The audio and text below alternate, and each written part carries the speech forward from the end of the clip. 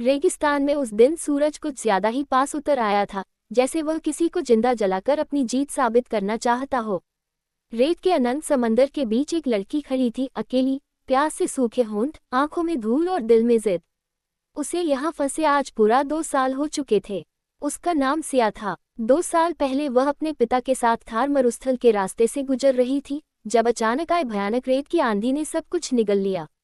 गाड़ी पलट गई, चारों तरफ धुंधली रेत छा गई, और जब उसे होश आया तो वह बिल्कुल अकेली थी। न कोई रास्ता, न कोई आवाज, सिर्फ मौत जैसी खामोशी। पहले कुछ दिन वह मदद के इंतजार में रही, पर धीरे धीरे उसे समझ आ गया कि यहाँ उसे खुद ही अपनी दुनिया बनानी होगी। उसने सूखी झाड़ियों से छाया तैयार की, कैक्टस से पानी निकालना सीखा और रात की ठंड से बचने के लिए रेत में गड्ढा खोदकर सोना शुरू किया। हर दिन उसके लिए एक जंग था, सूरज से, प्यास से और अपने डर से। कई बार उसे दूर पानी चमकता दिखता, पर पास जाकर वह सिर्फ मृगतृष्णा निकलती। कई रातों को उसे ऐसा लगता जैसे कोई उसका नाम पुकार रहा हो, पर वह सिर्फ हवा की चाल थी। फिर भी उसने उम्मीद नहीं छोड़ी। उसने हर सुबह खुद से कहा, आज मैं हार नहीं मानूंगी। दिन महीनों में बदले और महीने साल में। उसकी त्वचा तपकर कठोर हो गई, पर उसका इरादा उससे भी कठोर था। उसने रेत के बीच छोटे छोटे पत्थरों से एक निशान बनाना शुरू किया, ताकि अगर कभी कोई ऊपर से गुजरे तो समझ सके कि यहाँ कोई जिंदा है। और फिर एक शाम, जब सूरज ढल रहा था, उसे आसमान में एक हेलीकॉप्टर की आवाज़ सुनाई दी। उसका दिल इतनी तेज धड़कने लगा कि जैसे सीने से बाहर आ जाएगा। उसने अपनी दुपट्टे को हवा में लहराया, पूरी ताकत से चिल्लाए। हेलीकॉप्टर कुछ पल मंडराया, फिर नीचे उतरने लगा। 2 साल की कैद के बाद आज पहली बार उसे लगा कि शायद रेगिस्तान ने उसे हराया नहीं, बल्कि परखा था। जब बचाव दल ने उसे उठाया, तो उसकी आंखों से आंसू नहीं, मुस्कान बह रही थी। क्योंकि वह जानती थी, जिसने 2 साल रेगिस्तान से लड़ाई जीत ली, उसे अब जिंदगी की कोई आंधी नहीं हरा सकती। हेलीकॉप्टर की तेज हवा में रेत फिर से उड़ने लगी, लेकिन इस बार सिया की आंखों में डर नहीं था, उम्मीद थी।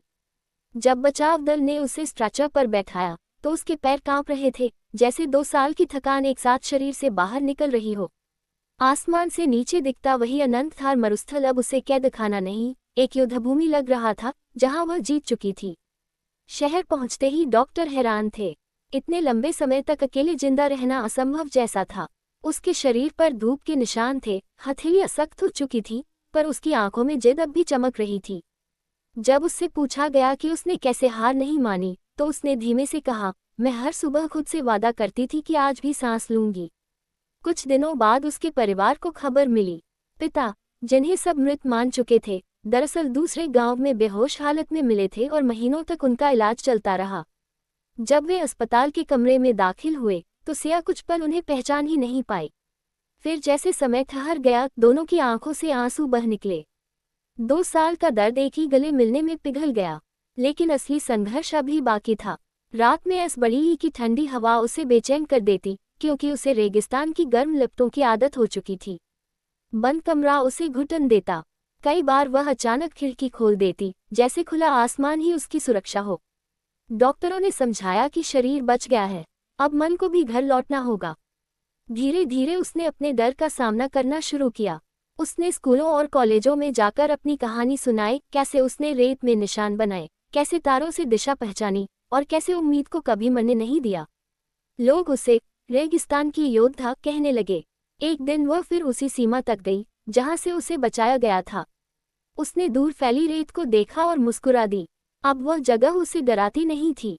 उसने धीरे से कहा, तूने मुझे तोड़ा नहीं, तूने मुझे मजबूत बनाया।